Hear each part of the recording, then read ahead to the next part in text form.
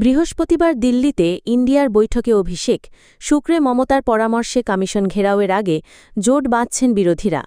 ৪,০০০ তৃণমূল নেতাকে নিয়ে ৮ অগস্ট অভিষেকের ভার্চুয়াল বৈঠক করার কথা ছিল। কমিশন ঘেরাও কর্মসূচি স্থির হওয়ার পরে সেই বৈঠক এগিয়ে এসেছে, হতে চলেছে আগামী মঙ্গলবার ৫ অগস্ট।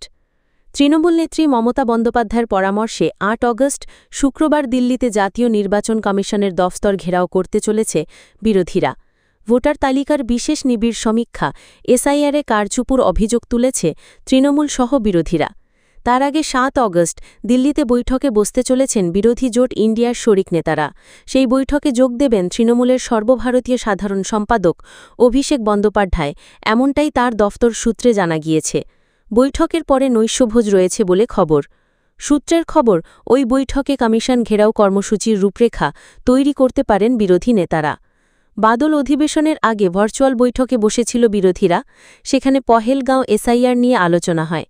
সংসদে এই বিষয়ে কিভাবে এনডিএ সরকারের উপরে চাপ তৈরি করা হবে তা নিয়ে মূলত আলোচনা করেছিলেন তারা।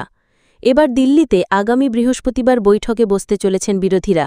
একটি সংবাদমাধ্যমকে প্রথম এই বিষয় জানিয়েছেন ন্যাশনাল কংগ্রেস নেতা ফারুক আবদুল্লাহ। প্রসঙ্গত, আগামী শুক্রবার দিল্লিতে জাতীয় নির্বাচন কমিশনের দফতর ঘেরাওয়ের কর্মসূচি রয়েছে। মনে করা হচ্ছে বৃহস্পতিবারের বৈঠকে তার রূপরেখা তৈরি করা হতে পারে। বিহারে এসআইআরে ৬৩ লক্ষ ভোটারের নাম বাদ পড়েছে। পরের বছর ভোট রয়েছে পশ্চিমবঙ্গসহ ৩টি অবিজেপি শাসিত রাজ্যে।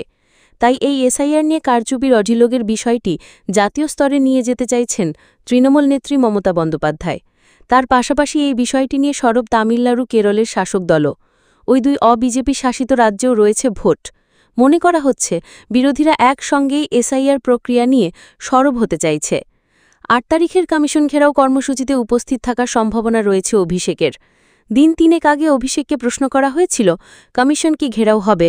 সে সময় তিনি বলেছিলেন, হবে, ঠিক সময় জানতে পারবেন।